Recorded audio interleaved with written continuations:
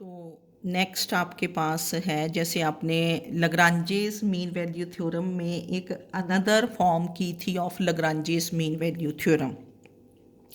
तो जो another form होती है वो मैंने आपको बताया था कि this is in the interval a to a plus h. वैसे तो आपकी a टू b होती है ना, तो यहाँ होगी a to a plus h, where h is positive. वहाँ सी नहीं लेते थे, वहाँ क्या लेते थे, थीटा लेते थे, थीटा लाइंग बिटवीन 0 एंड 1। ये हमने लग्रांजेस मीन वैल्यू थ्योरम में आपको बताई थी। तो इसी तरह आपके पास another form of Cauchy's mean value theorem, Cauchy's mean value theorem CMVT। तो इसकी स्टेटमेंट वैसे ही रहेगी कि if f x and g x are two functions, Cauchy's mean value theorem में कितने functions, two. F x and g x are two functions such that number one, f x and g x are continuous in closed interval a to a plus h, a to be ना लेके a to a plus h, where h is positive, क्योंकि तभी ये a plus h से greater होगा। Number two, f x and g x are differentiable in open interval a to a plus h, open interval where h is greater than 0. And number 3, g dash x is not equal to 0. Number 3, g dash x is not equal to 0 for x belonging to a to a plus h, for any x मतलब सिर्फ हमने change किया interval को, a to b को a to a plus h।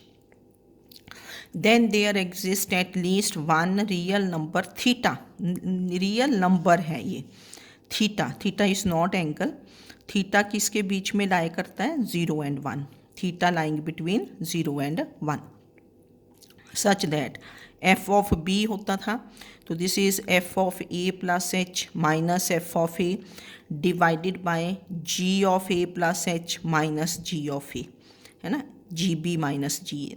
F dash c होता है वहाँ, यहाँ क्या लेते हैं, a plus theta h, f dash a plus theta h over g dash a plus theta h. ये कभी आपके पास यूज़ हो जाती है, अनदर फॉर्म आपको आनी चाहिए, तो इसको देख लेना।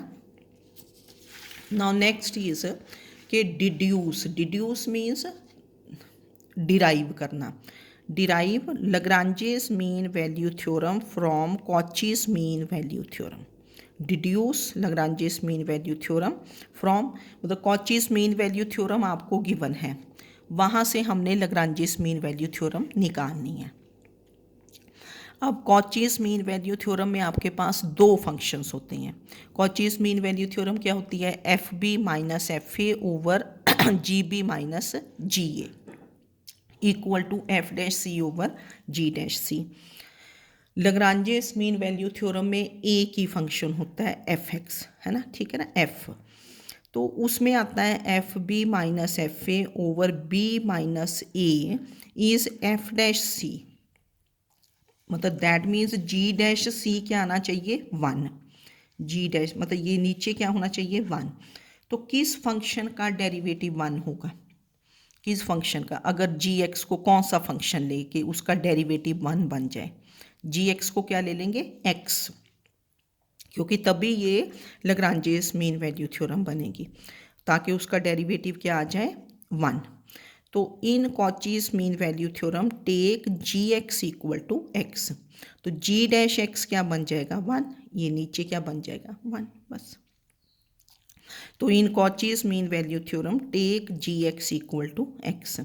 अब ये जो x है this is a polynomial function, polynomial of degree क्या है, 1, तो g x is continuous, g x is differentiable, and g dash x is क्या हुआ, 1, 1 is not equal to 0, 1 never 0 for any x belonging to open interval a b. तो तीनों condition satisfy होगी Cauchy's mean value theorem के लिए for this function.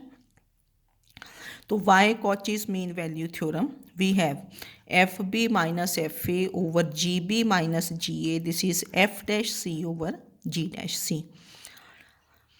तो हमने जी dash x निकाल दिया, 1 बन गया, g x is x, g dash x is 1, g dash c क्या हो जाएगा 1, you change x to c, तो जी डैश सी इज़ 1।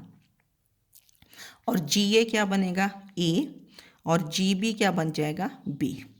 तो therefore Cauchy's mean value theorem ये जो थी आपके पास, this becomes f b minus f a. F function same रहा ओवर जी बी कितना है बी, और जी ए कितना है ए, तो this becomes b minus a equal to f dash c over g dash c. And what is g dash c, ये 1।